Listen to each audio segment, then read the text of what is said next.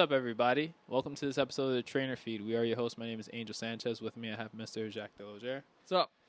And on today's episode, we will talk about the missing man, David Bravo. David Bravo. The light and the energy of the team. And due to, life, he's not with us today. He's or not with us. commitments. But we thought we would take the opportunity to reflect on how much of a game player he is. A couple of memories. Not as if he's dead or anything, because he's not. Like, he's up the street. But we don't know. We don't have him in front of us, so we don't know. We don't know. I heard from him this morning. That's all I know. But he's at school now, so we're going to try to find a different time to record. So we don't want to bore you with those details. But we figured we would just kind of gloss over some memories we have with him. Again, he's not dead. He's alive. But just some funny takes with him. What comes to mind first for you, Angel, when you think about David or your relationship with him? Let's see. So let's do this because I think this will be fun exercise. Like, try to think back to a time when we first met David, and then how your relationship with David grew. So I think for me, it's weird because like David, I remember David because he worked at the front desk at our old club. Yep. And so, I used to see him, and I had a pretty good relationship with the people at the front desk.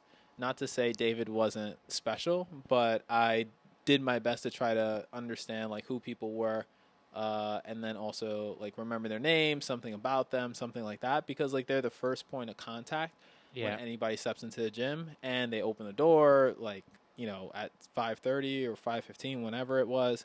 So especially when you're doing floor shifts and stuff like that, it behooves you to know who these people are, because they might be the person in the front in the morning when you're standing outside with a whole bunch of members just like banging on the door to go, They might let you in. Yeah, exactly. A couple minutes early when it's cold. That makes a difference. And it helps you prep for your sessions and stuff like that, so you're not in a mad rush to kind of like get a whole bunch of stuff together. But anyway, so my first interaction with David was when he was working the front desk, and that was really cool because I met him, kind of found out that he liked to work out, he liked to lift. And then I saw him train with Keith and Diana. And then he wanted to do like powerlifting meet or O-lifting meet. I think it was O-lifting. And and then, he eventually became a trainer, which I thought was a little bit weird. I remember the first person who went from front desk to a trainer. It's like something in the gym, like for those who don't work in big box gyms or aren't familiar, it's weird. It's not weird as in like you don't do it, but it's not very common for somebody to go from one department to another. Let's say like maintenance, somebody's like cleaning up the gym, maintaining the space, and then all of a sudden they become a trainer. It's not very common that path happens. Similarly with the front desk, it wasn't very common for people to become trainers from the front desk. So that was a little bit interesting. But I definitely think that he took time to get to know everyone and, be a sponge in regards to information. So he was really receptive to that. It wasn't like he kind of like dismissed people straight out the gate. Now he dismisses people, but that's another story. I'll wait for him to defend himself. But if he feels like something that somebody's doing is trash, or more specifically, if he feels like they're not getting enough range of motion, he'll be the first in line to disapprove. Say it. Yeah. But it was cool because he was just like absorbing all the information. He was a really nice guy, very friendly, and he's just like I don't know, like a younger brother. I don't have brothers and I don't have younger siblings, but I can imagine him as having that relationship with me. Like if I had a younger brother, I would see a little bit of David in him. Yeah, I see that to be the case. I know, taking back on what you said, that he did have that rapport with trainers you mentioned. I think that had him start off when he made the switch from front desk to trainer. He kind of had a more solid foundation to start off as a trainer, whereas some of us, I know I didn't really have much of a foundation. Not everyone has that kind of pre-existing rapport with some of the more senior, respectable trainers as well. And I think he kind of got that mentality of how to train and to train smart and not to be the kind of trainer that just does stuff to wow people and have higher risks of injury, right? So that was something off the bat he already had a pretty good um, mindset about. And then it's funny, he used to at the front desk, this funny story. And I used to have the Sunday night close shifts from 4 to 9 p.m. or 5 to 9, whatever it was. And he was the front desk.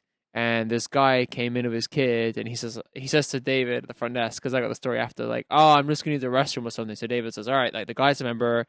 Children aren't really allowed in the club unless you go to kids club, kids care, whatever it is. This guy brings his kid to the main floor, is having the kid go hang from the pull-up bars. He's on the treadmill. This kid can't be older than like 4 or 5. And then I go down and I'm like, David, there's this guy with his kid. And he's like on all of, and David's like, God damn it.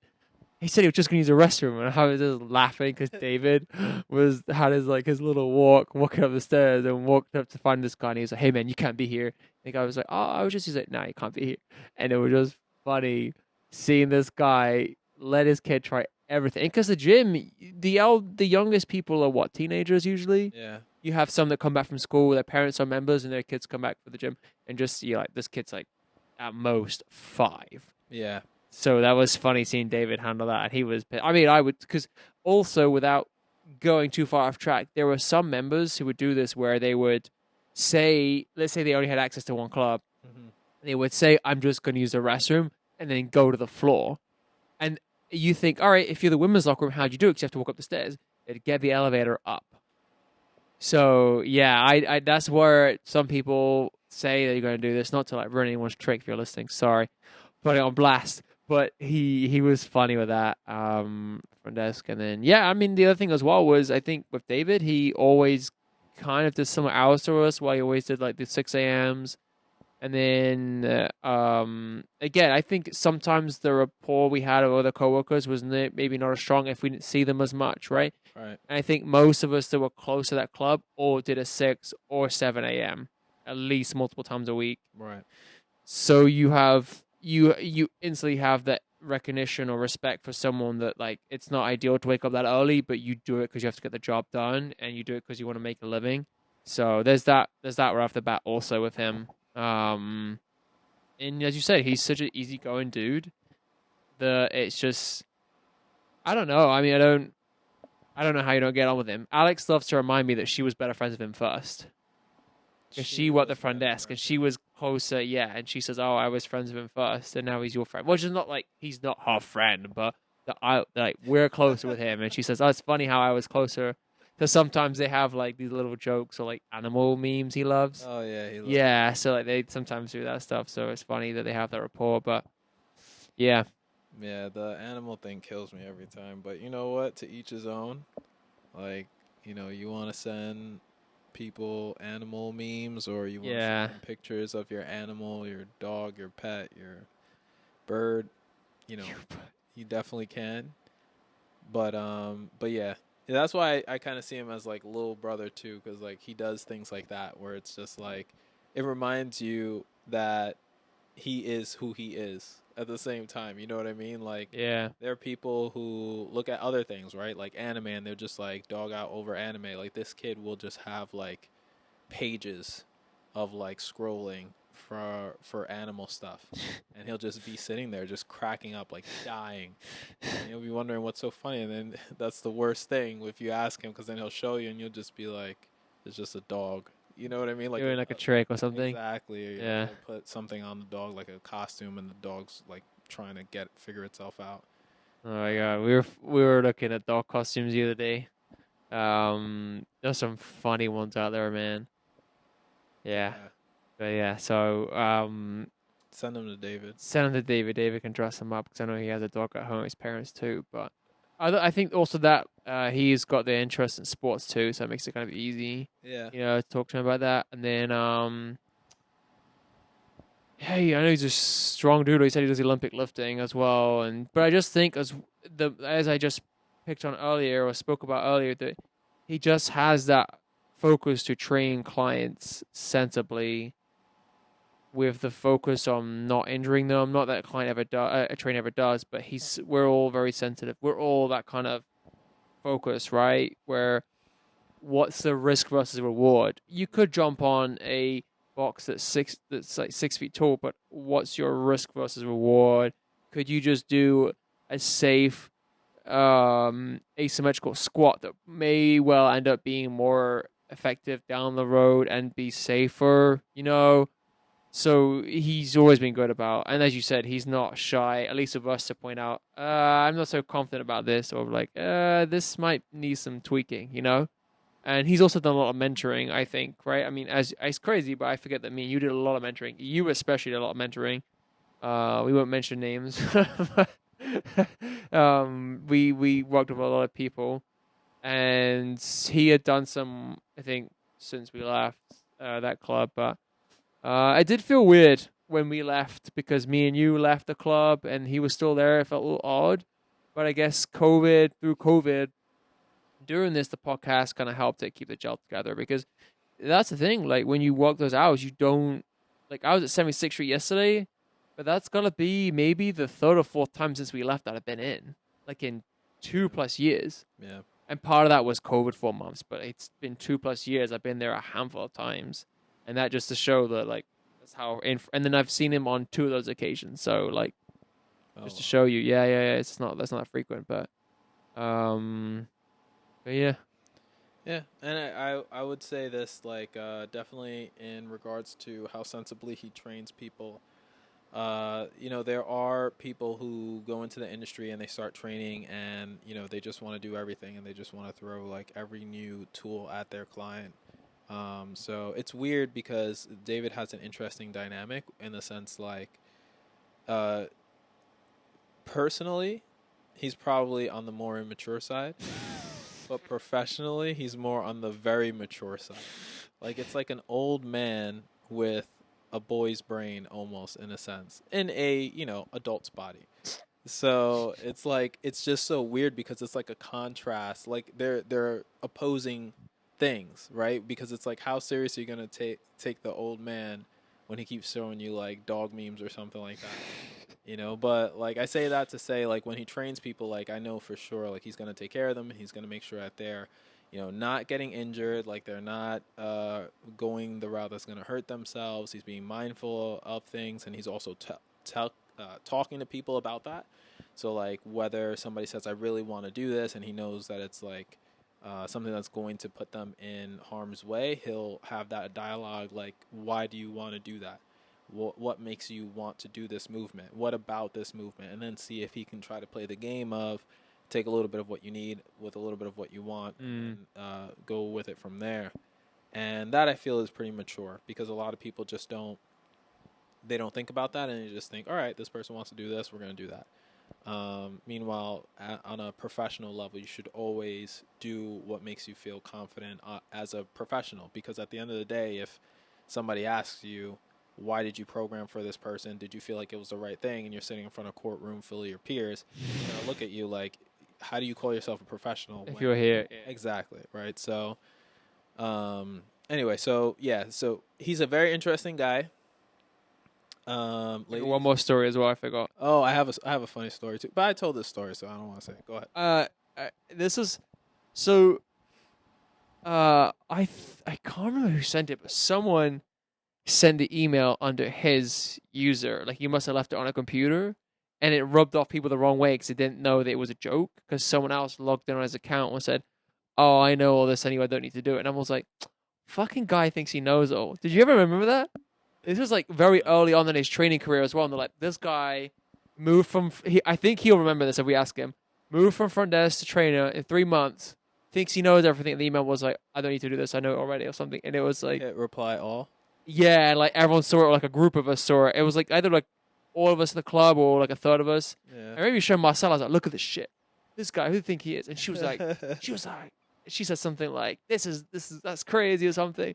And then later that day, he was like, and I was like, nah, because it didn't sound like it would be him, but it was written, it wasn't written as a bad one where like, I'm David and I like poop. It was like not disbelievable completely. Mm. So I don't know what was your other story. No, We'll wrap it up, but my story was just the one where, and I think I told this one on the podcast before, where we were both trying to use the bathroom, and then he like cut me off. First of all, I went to the stall first, so we went to the bathroom, and I go to the stall, and I see that the stall doesn't have toilet paper, and so I'm like, oh nah, I need to go get the toilet paper. So I'm working with trying to figure out maintenance. Where's the TP at? He opens up the closet. First of all, I almost got into a fight with maintenance dude, but that's another. That's another story. But then I finally get the TV, about that. and I'm going towards the room and the stall, and then David cuts me off, and he's like, bye, and he locks the door. I'm like, all right, this mofo, he's going to find out. Oh yeah. And then, like, I wait, like, I wait like a minute and a half, and then all of a sudden, he starts texting me, like, yo. Oh And he's shit. just like, yo, help me out. I'm like, nah, you cut me off. Cut me off. That's on you. That's on you. That's your mess. You're going to have to figure that out. Did you help him out? Eventually, yeah. Yeah. But I made him. Piece I by forgot. I piece. texted him. I think I told him you got to scream like help me from the stall. I was like, if you do it, then I'll Oh throw my you the line. god. But if not, it's over for you. You're gonna have to do mud butt walk. That is funny. Actually, I don't know where. I think there was definitely a club where I went into a stall and there was none left, and I was like, but I'm like, I'm like, it's too late at this point, right? So I literally like pull my pants up, dash into that next one. I'm like, all right, good. I know it's 5 seconds, whatever. So, but like, you don't want to like flush and then go to the next one, or try and go to the next one. Someone else takes it, you're like, oh no, I have like nothing. Like it's. Well, that's funny. Yeah. No, you should always check before you go. Yeah. Sometimes it's Habit. like don't get into those situations, but yeah. Yeah. Pray you don't find yourself in the situation to begin with, but For real. but yeah. Anyway, we'll wrap it up because we want to keep it short and sweet. And we would have called David, but he told us straight up that he would ignore our call. Should we try him? You can. Let's try. If he does pick up, you could actually put it on Bluetooth. On the Bluetooth. Yeah. Oh look, where is he? Try to see if you can go. Yeah, there you go. We'll see if he picks up. Probably not though. He'll be like, nah, I don't. Yeah, because he should be in class. So he says. Yeah. But you never know with this guy. Yeah, he might just pick up and. All right, we're gonna assume that he's legit busy. If we get a text with him like 2 seconds later, be like, "Yo, what you doing?" Blowing him up. Yeah. Oh, got like a crazy ringtone. You remember those crazy ringtones? Yeah, dad I still heard- has those. Who does? My dad. Right, that generation of people do, right? We haven't. You'll remember someone that we know mutually, and they still have. I heard it earlier. That ringtone. I'm like, what is that from 1991? Yeah.